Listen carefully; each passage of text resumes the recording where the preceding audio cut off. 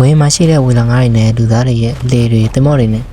ခုလိုမျိုးထိလူနေပါချင်နေတဲ့ဟာတင်ထားရတဲ့ပို့ပြီးတော့ဖြစ်များပါတယ်ဒီဗီဒီယိုထဲမှာတော့လူတွေကဘာမှမဖြစ်ပဲလွတ်မြောက်သွားခဲ့ကြပေမဲ့သူတို့ကဝေလာ9ရက်နေ့လက်စာဖြစ်သွားဖို့မိတာအနှဲငယ်ကွာဝေးပဲလူတော့တာကတော့ညင်းလို့မရပါဘူးဒါပေမဲ့တကယ်လို့သူတို့ကံမကောင်းခဲ့ရင်ဘာဖြစ်မလဲလူခန္ဓာကိုယ်ဟာဝေလာ9ရက်မျိုးချခြင်းကိုခံရပြီးတော့အသက်ဆက်ပြီးတော့ရှင်နိုင်မှာမလားဒီလိုမျိုးရင်ကတကယ်ရောဖြစ်ခဲ့ဘူးသလားဒါကတော့ National Channel ဖြစ်ပြီးတော့တင်သာဝေလာ9ရက်မျိုးချခြင်းကိုခံခဲ့ရရင်ဘာတွေဖြစ်လာမလဲဆိုတာကိုတင်ဆက်ပေးသွားမှာပါအကယ်၍တင်ဟာဝေလာ9တကောင်ကိုအနိကမမြင်ဘူးဆိုရင်သူတို့ကဘလောက်တောင်ကြီးမားထွားကျိုင်းတယ်လဲဆိုတာခံမှန်းရခက်ပါလိမ့်မယ်နိုင်ရှင်ပြရမယ်ဆိုရင်ပြန်ရန်ဝေလာ9တွေကကဘာပေါ်မှာအကြီးဆုံးတော်ဖြစ်ပြီးတော့သူတို့ရဲ့ရှားတစ်ခုနဲ့စင်တကောင်ရဲ့အလေးချိန်နဲ့ညီမျှပါတယ်သူ့ရဲ့ပါဇက်ထဲမှာလူပေါင်း400ကနေ900ကျတိဝင်ဆက်နိုင်ပါတယ်ဒါပေမဲ့သူတို့ရဲ့ခန္ဓာကိုယ်ဖွဲ့စည်းပုံရကျွန်တော်တို့ဘုံမျိုးချဖို့ဆိုတာမဖြစ်နိုင်တော့ပါပဲတကယ်နဲ့ကျွန်တော်တို့စိုးရင်ရမှာကသူတို့ရဲ့ညွန့်နယ်စုဝင်တစ်ခုဖြစ်တဲ့စပန်ဝေလာ9တွေပါ1892ခုနှစ်မှာလူတရဟာဒီဝေလာ9ရဲ့မျိုးချခြင်းကိုခံခဲ့ရတယ်ဆိုတဲ့သတင်းတွေထွက်ပေါ်ခဲ့ပါတယ်သူကပြန်လည်လွတ်မြောက်လာပြီးသူ့ရဲ့ပုံမြင်ကိုပြန်ပြောပြနိုင်ခဲ့ပေမဲ့သူ့ဘောကတော့ရင်လိုဘယ်တော့မှပြန်မဖြစ်တော့ပါဘူးဒီပုံမြင်တဲ့ကတိုင်ဆိုရင်ဂျိမ်းပါတလီဟာဝေလာ9ကတင်မော့ကိုတိုက်ခတ်တဲ့ချိန်မှာဝေလာ9ရဲ့မြေချခြင်းကိုခံခဲ့ရတာပါနောက်တစ်နေ့တင်မော့သားတွေအဲ့ဒီဝေလာ9ကိုရှာဖွေတွေ့ရှိခဲ့ကြပြီးတော့တက်လိုက်တဲ့ချိန်ထိသူဟာဝေလာ9ရဲ့ဘိုက်ထဲမှာရှိနေခဲ့တာပါသူတို့ကဝေလာ9ဘိုက်ကိုခွဲကြည့်လိုက်တဲ့အခါမှာသတိမေ့နေပေမဲ့အသက်ရှင်နေစေဖြစ်တဲ့ဂျိမ်းပါတလီကိုတွေ့ခဲ့ရပါတယ်ဝေလာ9ရဲ့အစာအိမ်အက်ဆစ်တွေကြောင့်သူ့ရဲ့မျက်နှာနဲ့လက်မောင်းတွေဟာဖြူလျှော့သွားပြီးတော့မျက်စိလည်းကွယ်သွားခဲ့ရပါတယ်ဒါပေမဲ့နေ့တကြာလာတော့လူတွေကဒီပုံမြင်ကိုတန်မြတ်ဝင်လာကြပါတယ်အစာအိမ်အက်ဆစ်ကအရေးပြားကိုဖြူရုံနဲ့မကပဲတိကျမကပျက်စီးသွားစေရမှာမဟုတ်ဘူးလားတိပ္ပံနီးကျအနိကလေးလာကြည့်တဲ့အခါမှာတော့တင်သာဝေလာ9ရဲ့မျိုးချခြင်းကိုခံရရင်အသားဖြူသွားဖို့ဆိုတာက